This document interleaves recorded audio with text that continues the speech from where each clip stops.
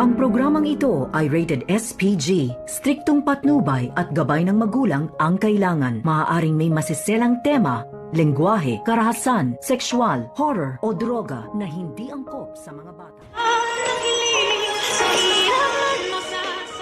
Hindi nga mapakali itong si RJ ngayon dahil sa nawawala nga itong si Lynette at iniisip ni RJ na pilit na isinama ni Carlos itong si Lynette nang sa ganon ay hindi na nila ito makikita. Kaya agad nag-file ng report itong si RJ sa mga pulis na kinakailangan daw nilang mahanap itong pinagtataguan ni Carlos Benitez.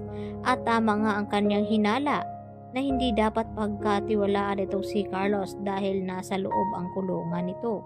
At agad na kinausap ni RJ itong si Annalyn at dito na sinabi na wag daw tigilan na kontakin itong kanyang ina, subalit ay hindi na nga nila ito makontak pa.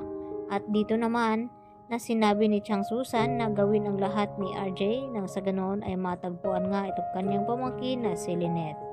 Samantala, umiiyak naman na nagdadrama itong si Carlos habang kinausap itong si Lynette na mahal daw niya ito at hindi nga daw niya ito sasaktan kagaya sa ginawa dito ni Carlos kay Irene noon nang ito ay nagsasama pa sila.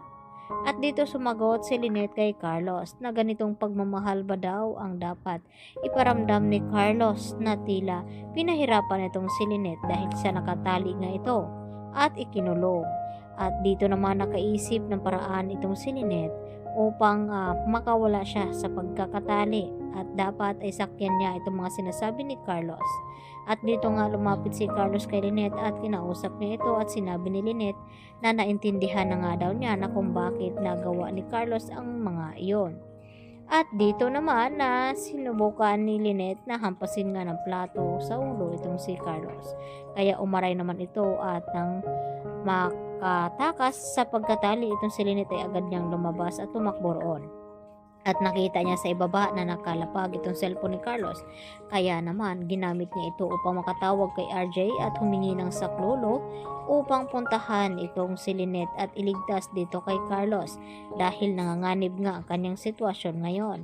Kaya nag-aalala naman ang husto itong si RJ at dito ibinalita ni RJ na huwag daw mag-alala dahil nakareport na nga daw itong si Carlos at hahanapin nga raw nila kasama itong si Harry upang siyang magtuturo kung nasaan nga ba nagtatago itong si Carlos Benitez. At hindi na nga maiiwasan pa at malulusutan ni Carlos Benitez itong ebidensya na nahanap dito nila Annalyn ngayon sa pagkakala ni Carlos na naligpit na nga ni Mang Andoy itong si Irene. Subalit hindi pa natuluyan na i-cremate ay biglang dumating itong sina Chang Susan at Annalyn at ipinakita ang larawan ni Irene na sinabi ni Chang Susan na alam niya na narito sa foreignaria na ito ang katawan ni Irene at hindi naniniwala si Annalyn na wala na nga daw ito kaya agad na pumasok sa loob itong si Annalyn at dito niya nakita nang buksan ni Annalyn itong puting tela at nakita niya tumambad sa kanya itong si Irene. At kasunod nito ay sina Chang Susan at Diyosa at pati na rin itong mga nakabantay roon. At agad na tinawagan ni Annalyn itong kaibigan ni Irene na si Joyce at agad nagpunta roon. At dapat parusahan at pagbayaran daw di umano ni Carlos ang ginawa dito sa kanyang kaibigan.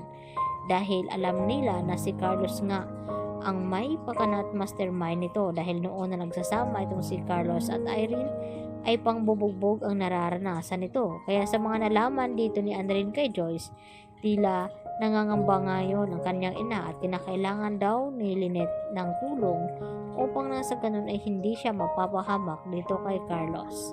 At dito naman na pinakilos lahat ni RJ ang mga kapulisan para mahanap nga itong si Carlos at Lynette dahil sa tingin nito na nanganganib nga ito at hanggang sa nakarating naman dito kay Moira ang balitang iyon na masahol pa pala itong si Carlos sa kanya dahil nagawa niyang pumaslang ng tao kaysa ginawa ni Moira dito kay Don Pepe na hindi naman siya ang pumaslang nito kundi ang kanyang anak na si Zoe dahil nagawa niya itong maitulak sa Panginoon. Kaya yan naman ang ating pagkatutukan at aabangan kung magkasama nga ba si Moira at Carlos na makulong sa isang silda. Kaya yan po ating aabangan mamaya dito lamang yan sa Abot Kamay na Pangarap. Bye-bye.